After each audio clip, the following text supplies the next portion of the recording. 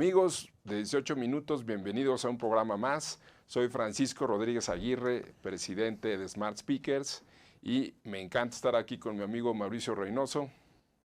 Encantado de estar nuevamente en una edición más de nuestro programa 18 minutos, Pancho. Con nuestros amigos también de Mundo Ejecutivo. Y pues bueno, hoy tenemos a una gran invitada. Ella es una gran conferencista, es la doctora Taryn Marie.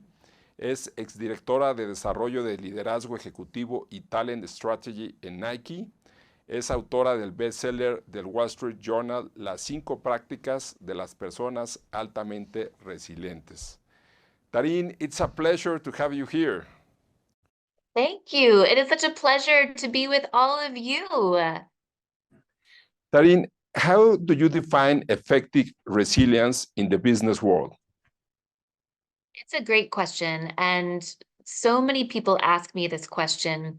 Really, the definition that has emerged for me over the last 2 decades, having interviewed hundreds of people and collected thousands of pieces of data on how we effectively face our greatest challenges.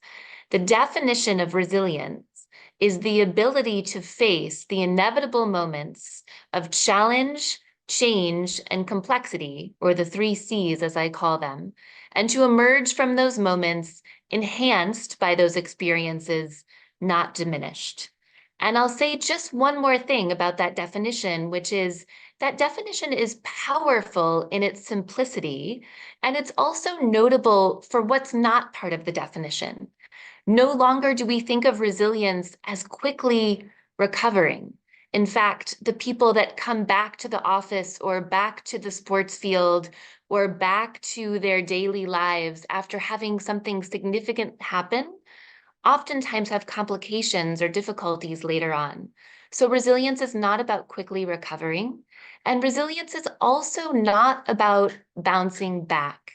So often we've talked in English and Spanish about resilience bouncing back, going back to a prior state.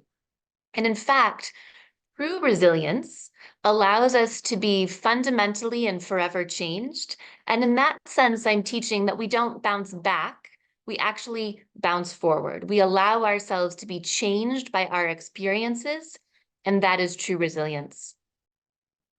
Thank you. And based on this, Taryn, recently I had the opportunity to read about Antifragility by Nassim Taleb.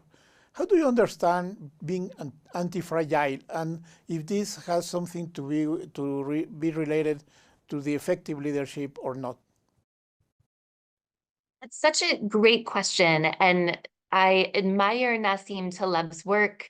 I love the book Anti-Fragile. I think it's been an incredible contribution to the field. You know, I think where we intersect in terms of anti-fragility and resilience is the idea to shore up our resources so that when the moments, the 3 C moments of challenge, change, and complexity do emerge into our lives, that we have the resources, the skills, the knowledge, the abilities to be able to respond to those inevitable moments. You know, it's not if we're going to face difficulty in life or business, it's when. And what I love about this work is it's allowing ourselves to be less able to be taken off track by these inevitable moments of challenge, truly planning for them. And yet, on the other side, when I spoke with hundreds of people about how they faced their greatest challenges, the very first practice, and I know we're going to talk about these 5, the very first practice is the practice of vulnerability. And so many people think that vulnerability is the opposite of resilience. It's the opposite of being anti-fragile.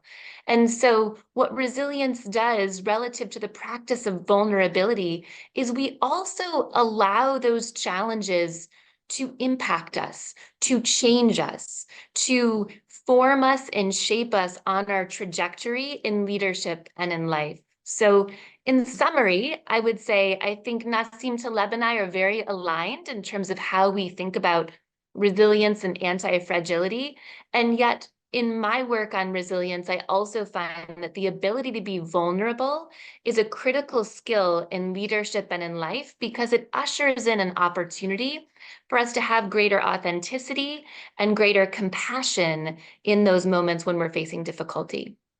Great.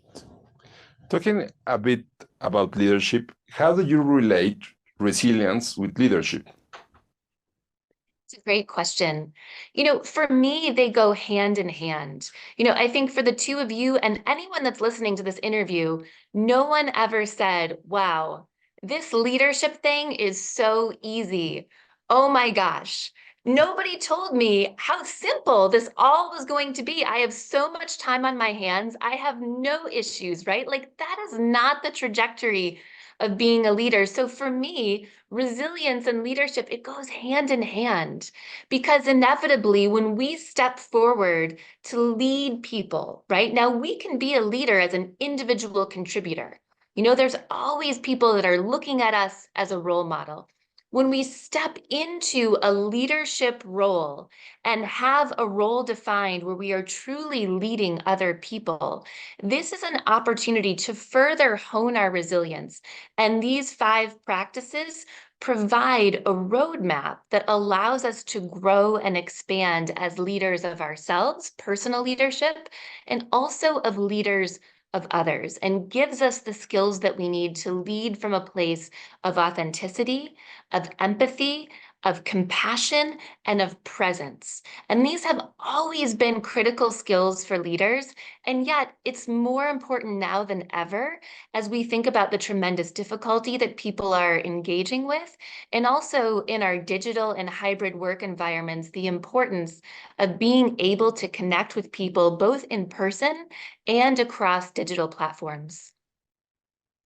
Okay, that's great. Related to that, Taryn, how do you see the teamwork effectiveness, organizational development around resilience, but most important in these times of turbulence, volatility, etc., where the people, the leaders, organizations are really challenged to work within agility and adaptability environments to really be effective? It's a great question. So here's what I think we do in organizations. And you mentioned a bit about my background, heading up executive leadership development and talent strategy at Nike, global leadership development at Cigna. I've had the opportunity to consult for global national brands and organizations across the globe. And what I see that happens across all organizations is oftentimes we say, okay, we need help with change agility. And so we have someone, we come in and talk about that and we create a model. And then we say, we need our people to be more empathetic. Let's create a model for that.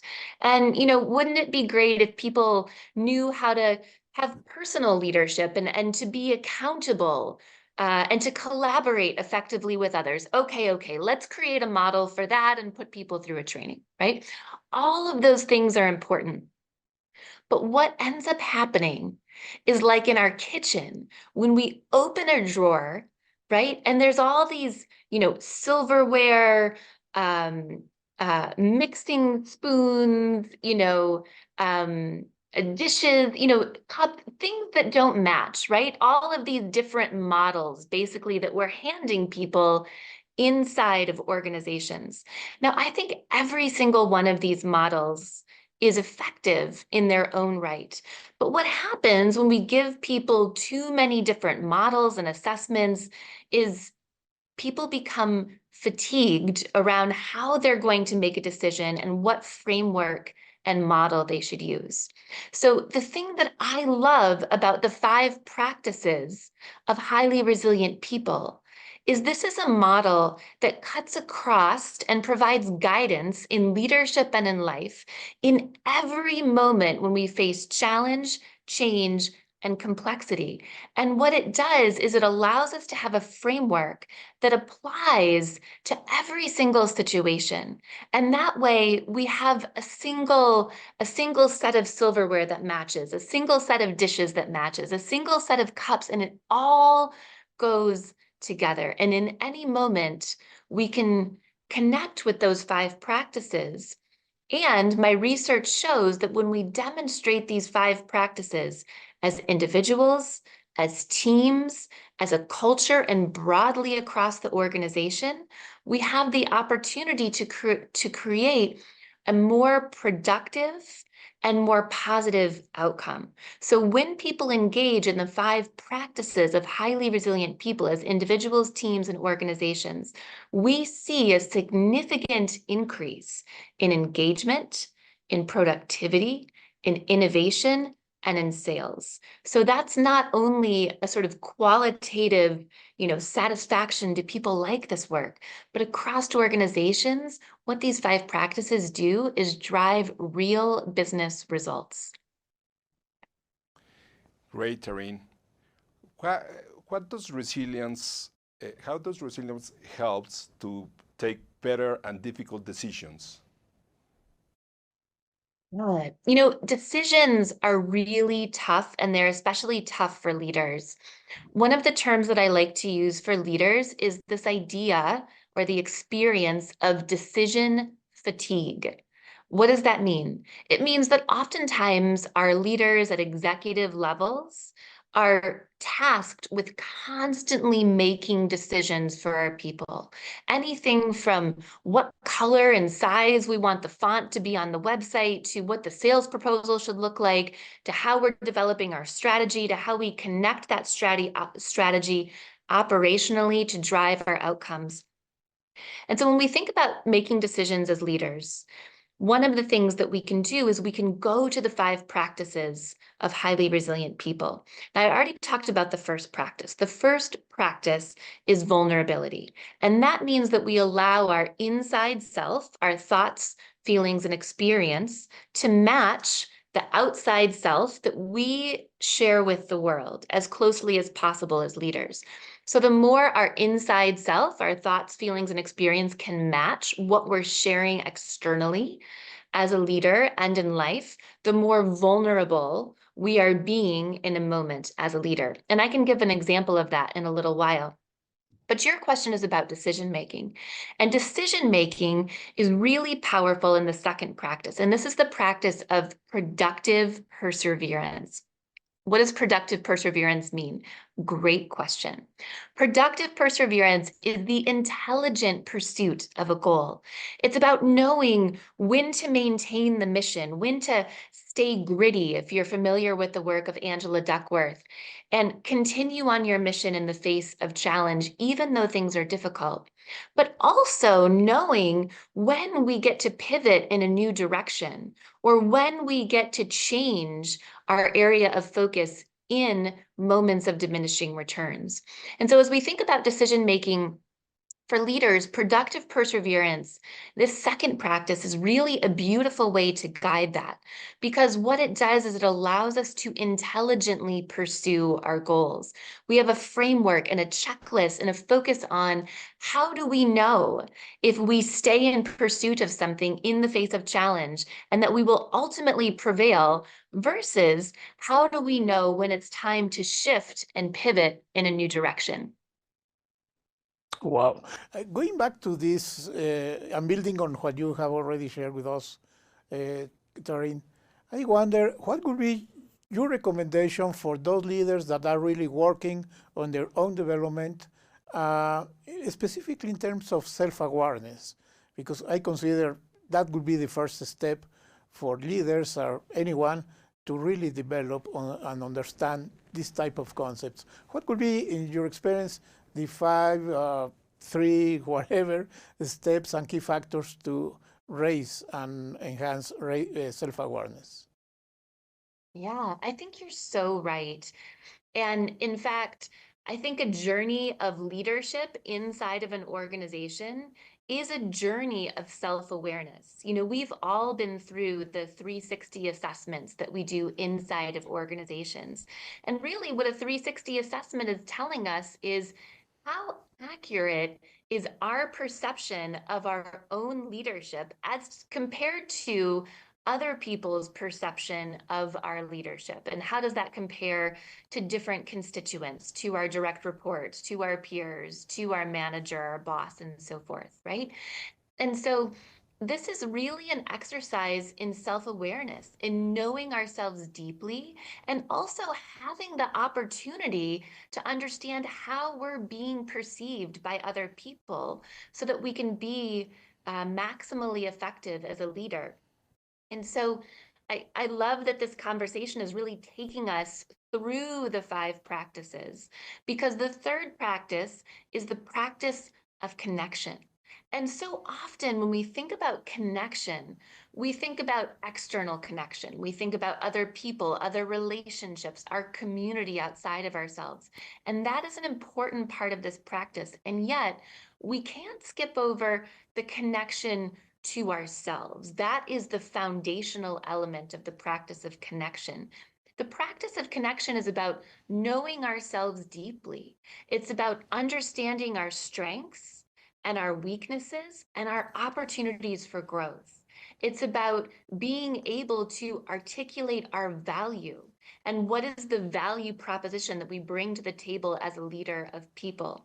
It's about tapping into our intuition and our feelings and trusting our gut in those moments when it matters most.